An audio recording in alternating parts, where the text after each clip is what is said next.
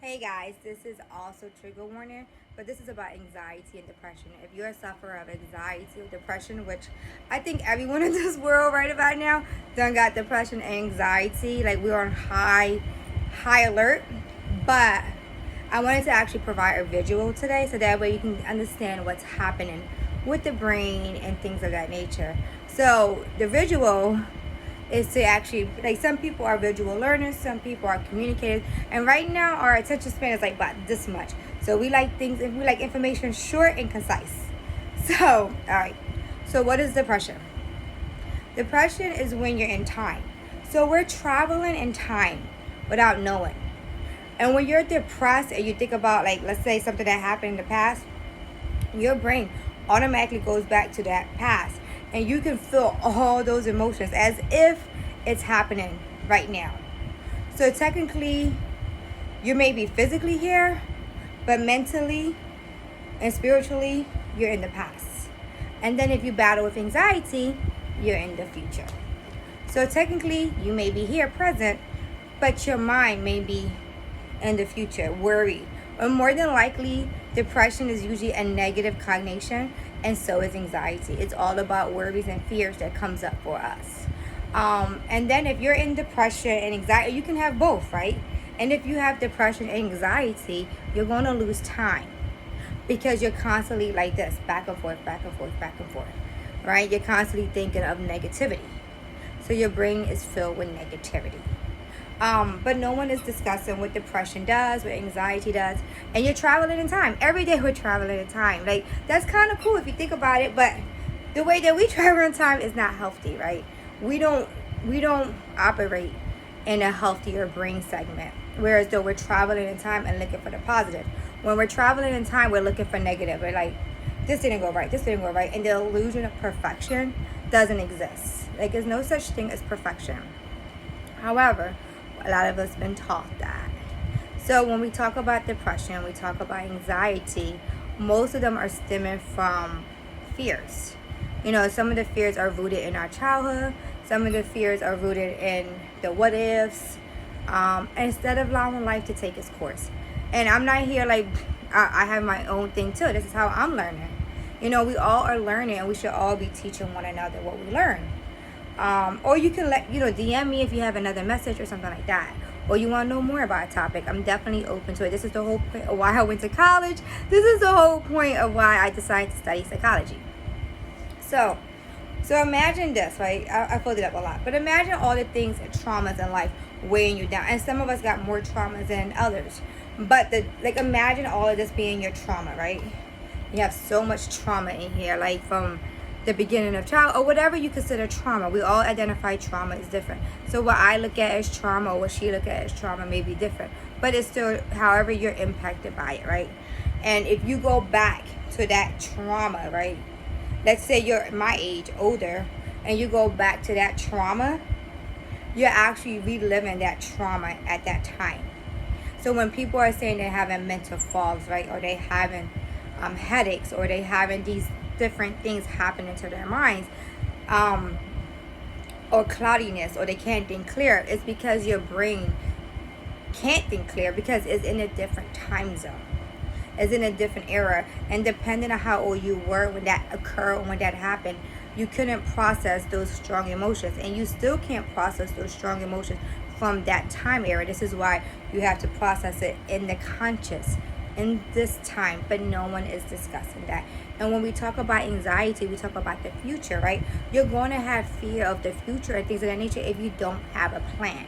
Of course, if you don't have a plan and you don't know no other way, you're going to have automatically fears. This is why it's imperative that we have plans in place and that we take control of our time. But if you have depression and you have anxiety, then time is going to slip you away because your brain is always going to be like this. And you're always is going to be in a fog. And you're never going to be fully present in the real time because you can't. You're traveling in time. You're traveling when your brain get a thought subconsciously, and it's doing it in autopilot, right? It's doing it automatic. This is why you like, oh, I'm just automatically, you get sad, right? Automatically you get stuck. Those are happening automatically in your subconscious. And then you create this fear, and then you can't really defend yourself. You have to learn to stick up for yourself, even in your own brain. And these are things that they're not teaching us. So when we talk about depression, you are literally living in another time zone. You're literally not fully present. This is why you can't connect. This is why you can't hold conversation. This is why you can't concentrate. And especially with the social media and the technology, everything is like boom, boom, boom, boom. But I wanted to give you an analogy of like, this is being depression. And then we take oil, right? So look at oil as anxiety, right? So depression and anxiety meeting together. So imagine if I put oil on top of depression, right? And look at this as your brain. Oh, sorry. Look at this as your brain. This is your brain.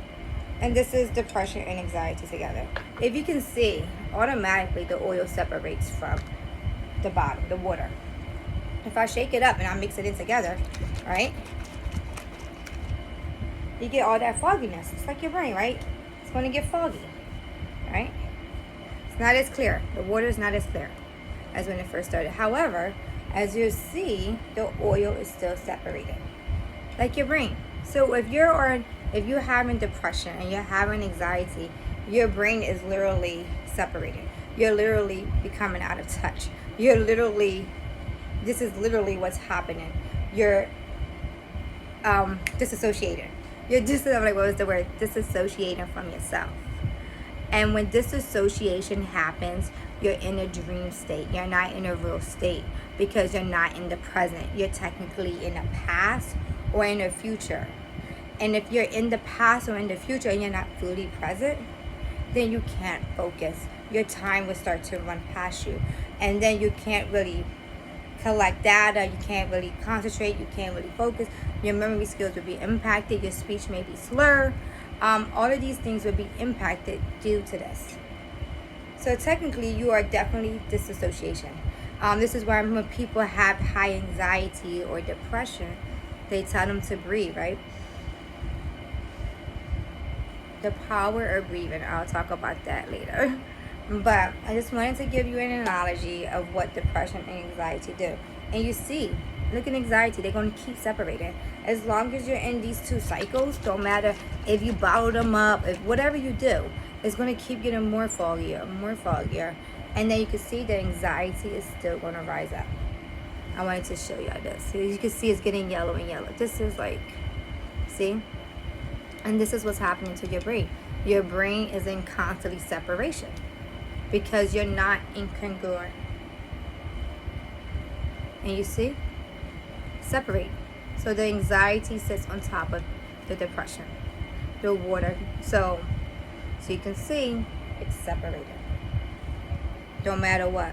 I can shake this up 1,000 times and no matter what, the brain is going to separate. And look at it like the brain, like the two are being divided. Because that's what's happening when you're in anxiety and depression. You're constantly being divided. You're constantly being separated. And you're not merging. And the brain is constantly fog.